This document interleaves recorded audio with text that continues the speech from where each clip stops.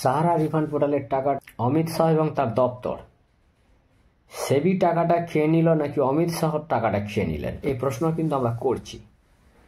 রাজ্য স্তরের চ্যানেল এবং বিশেষ করে ন্যাশনাল মিডিয়া, জাতীয় চ্যানেল, কেউ সাহারা নিয়ে কোনো রকম প্রশ্ন করার সাহস দেখাচ্ছে না। মেনস্ট্রিম মিডিয়া বা টিভি চ্যানেলগুলি তারা ভয়ে গুটিয়ে রয়েছে, জোড়োসোড়ো পাকিয়ে রয়েছে, নাকি গট আপ কোনো সেটিং রয়েছে মিডিয়ার সাথেও, এই প্রশ্ন কিন্তু করছে, অনেকেই করছে যারা সাহারা রিফান্ড পোর্টালে অ্যাপ্লাই করার পরও টাকা ফেরত পায়নি। সাহারা গ্রুপ ইন্ডাস্ট্রির মালিক বা কর্ণধার চেয়ারপারসন সুব্রত রায়, তিনি কিন্তু মারা যাওয়ার আগেই প্রায় 24,000 কোটি টাকা সেবিকে জমা দিয়ে গিয়েছিলেন। সুপ্রিম কোর্টের নির্দেশ অনুসারে সেই টাকা সেবি কিন্তু ফেরত দেবে জনতার টাকা, আমানতকারী যারা বিনিয়োগ করেছিলেন সেই সমস্ত আমানতকারীকে। এবং অমিত শাহ ঘটা করে 2024 সালের লোকসভা ভোটের আগে খুব বড় বড় বিজ্ঞাপন, সাহারা রিফান্ড পোর্টাল, তিনি তাই নিয়ে বড়সড় অ্যাডভার্টাইজমেন্ট করেছিলেন, উদ্ঘাটন করেছিলেন। এবং তিনি মার্চ মাসে ঘোষণা করেছিলেন যে 9 মাসের মধ্যে সাহারা গ্রুপ ইন্ডাস্ট্রির 4টি সমবায় সমিতির প্রায় 10 কোটি আমানতকারীকে টাকা ফেরত দেওয়া হবে, সারা যারা বিনিয়োগ করেছিলেন। 9 মাসের জায়গায় 11 মাস কেটে গেল, সাহারা রিফান্ড পোর্টাল থেকে মানুষ কিন্তু উপকৃত হয়নি, মানুষ তাদের হকের টাকা ফেরত পায়নি। এই নিয়ে কোনো মেনস্ট্রিম মিডিয়া এবং যে সমস্ত ইউটিউব চ্যানেলগুলি রয়েছে যারা news and politics related content create করে থাকেন, তাদের সাহস হচ্ছে না যে সাহারা রিফান্ড পোর্টাল থেকে মানুষ কেন তাদের টাকা ফেরত পাচ্ছে না, সাহারায় যারা আমানতকারী টাকা বিনিয়োগ করেছিলেন তাদের টাকাটা সেবি খেয়ে নিল নাকি অমিত শাহ তিনি খেয়ে নিলেন। ভোটের আগে তো বড় বড় লেকচার, বড় বড় বাতেলা মারা হয়েছিল 24 লোকসভা ভোটের আগে, কিন্তু ভোট কেটে গেলেও সেই টাকা কেন মানুষ ফেরত পেল না? কেন ফেরত পেল না?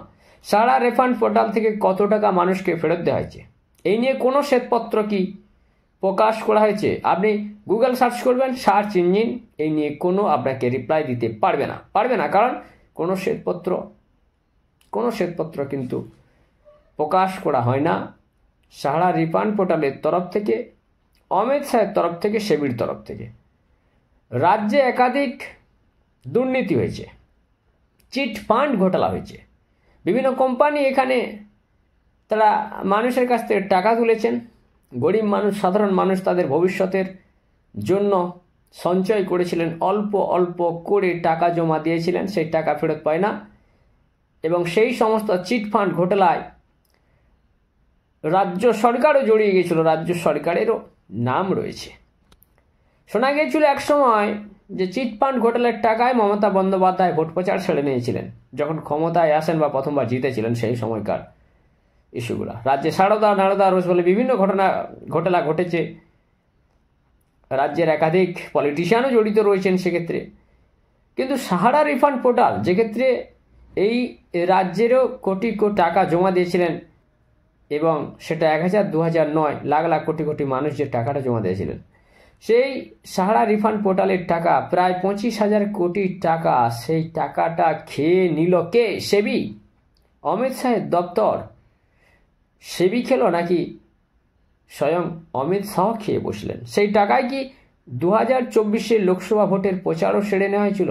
নাহলে সুপ্রিম কোর্টের নির্দেশ থাকার সত্ত্বেও আমানতকারীদের টাকা, যে টাকাটা সুব্রত রায় দেউলিয়া হয়ে যাওয়া কোম্পানি, সাহারা কোম্পানিকে যখন দেউলিয়া ঘোষণা করলো সরকার থেকে, তখন সেই টাকাটা কিন্তু শেষমেশ সুব্রত রায় তিনি কিন্তু জমা দিয়ে গিয়েছিলেন।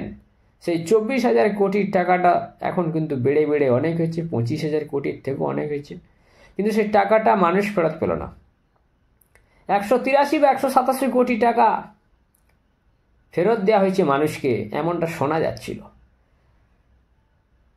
কিন্তু আমি আরও ভালো করে ধরে নিলাম, বেশি বেশি করে মিনিমাম অ্যামাউন্টের টাকা ধরে নিলাম, যে যারা 1 লাখ টাকা পাওয়ার কথা তারা সাহারা রিফান্ড পোর্টালে অ্যাপ্লাই করার পর মাত্র 10,000 টাকা পেয়েছে। কত টাকা পেয়েছে? মাত্র 10,000 টাকা। সেই হিসেবে 25,000 কোটি গুণিত 10% টাকাটা বাড়ছে। 1 লাখ টাকা পাওয়ার কথা 10,000 টাকা বাড়ছে, অর্থাৎ 10%, মাত্র 10% টাকাটা বাড়ছে।